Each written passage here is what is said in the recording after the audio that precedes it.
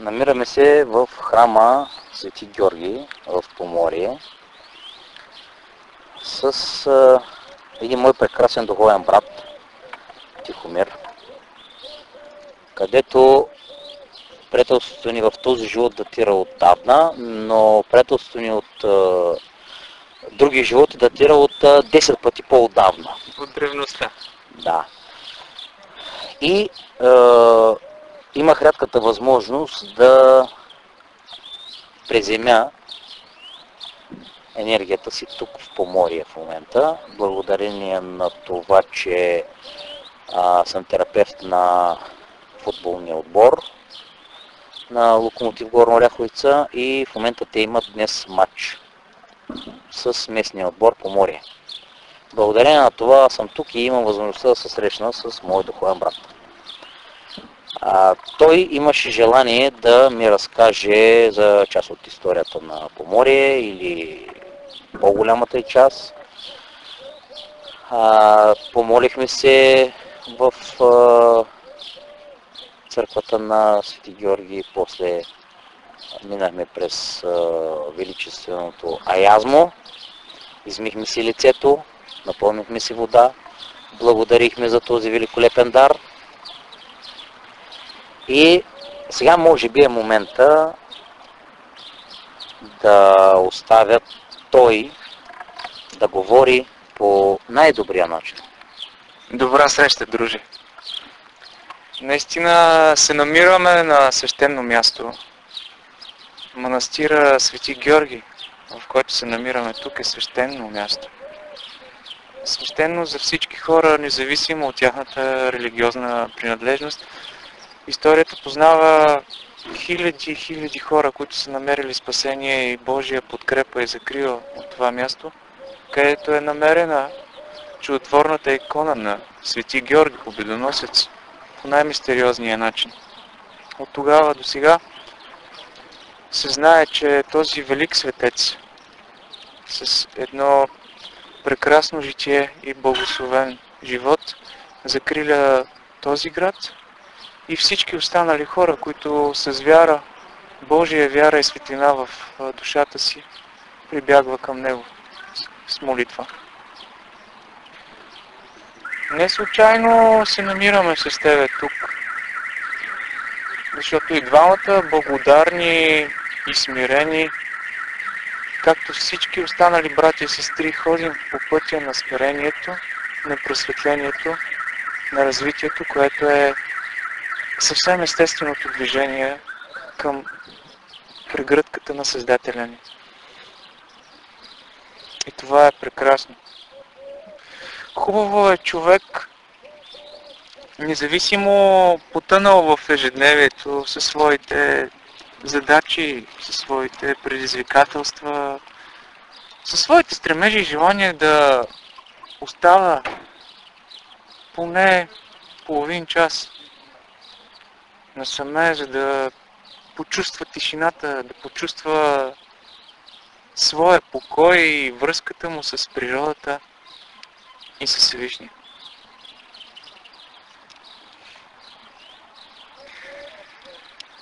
Днес,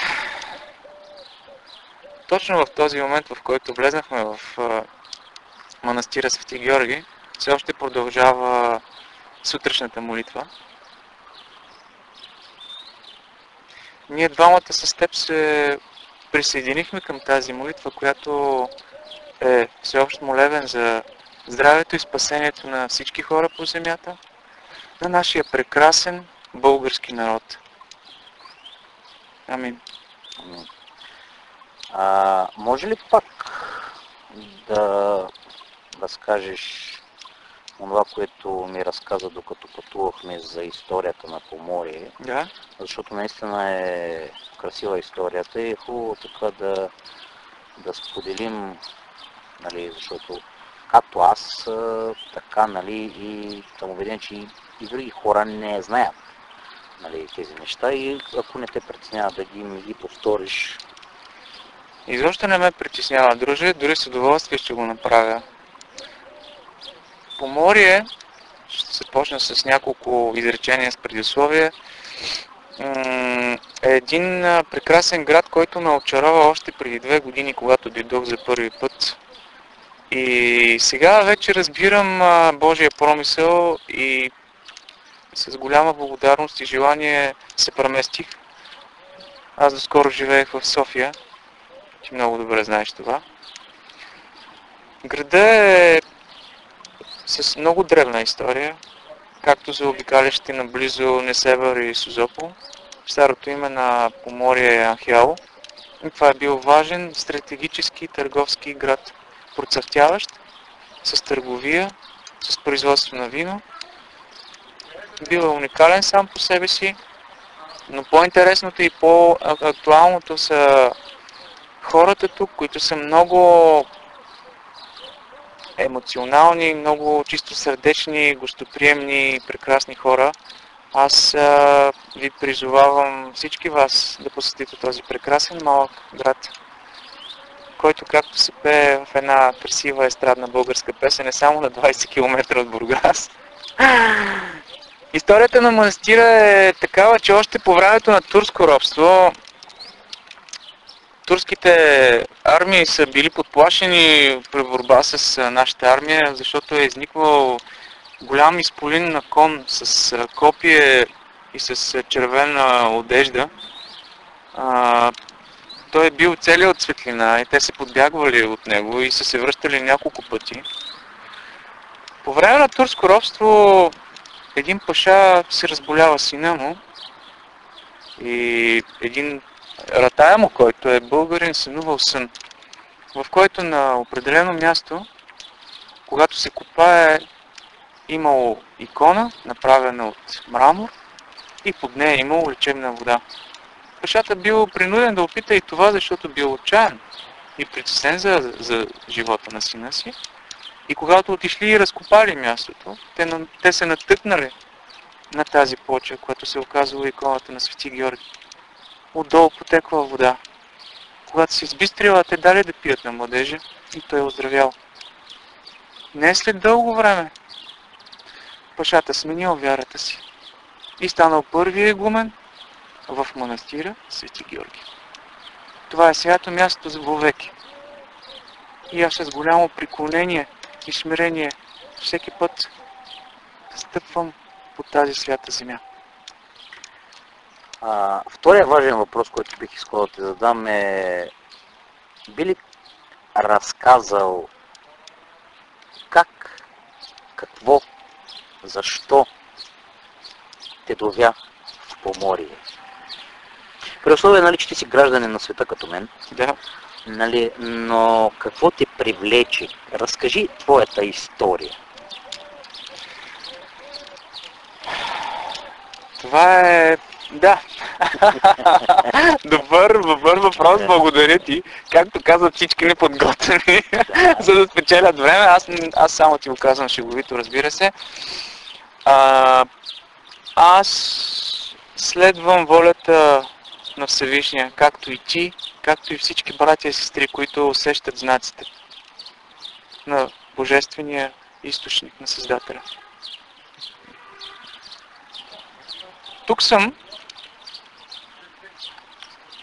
за да може с светлината, с енергията си, да помогна на хората още повече да се обърнат към доброто. Защото човек е създаден по образ и подобие на Всевишния, съвършен. Изпълнен с доброта, с благородство, с обич. Това е първият човек и всеки друг човек има тези заложби в себе си. С безкрайна благодарност и смирение благодаря на Всевишния, че ми е дал уменията и даровете да виждам и в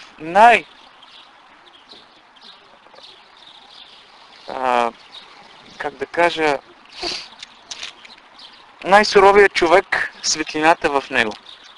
И да му помогна да се увеличи и той да познае добротата. Ако, разбира се, той пожелае.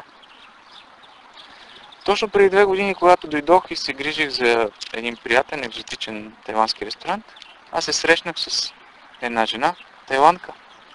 по волята на Всевишния, която е изключително вярващ, добронамерен и благороден човек. Тя, идваща от Тайланд и изповядваща будизъм, следва с най-голямо смирение и трепет своя път, помагайки на хората. И когато се изправи пред статуята на Буда и поставя плодове, цветя, пали свещи, до нея стои лика на Светата Майка Богородица, на Исус Христос и на всички просветени. Защото за нея Буда е олицетворение не само на великия Лахама, а това, което е Всевишния и всички пророци и светци, които са се родили до сега и са част от него. Така аз дойдох и тя в този момент е мой учител, който ме въвежда в таинството на тайландските лечителски терапии. Това е историята, дружи.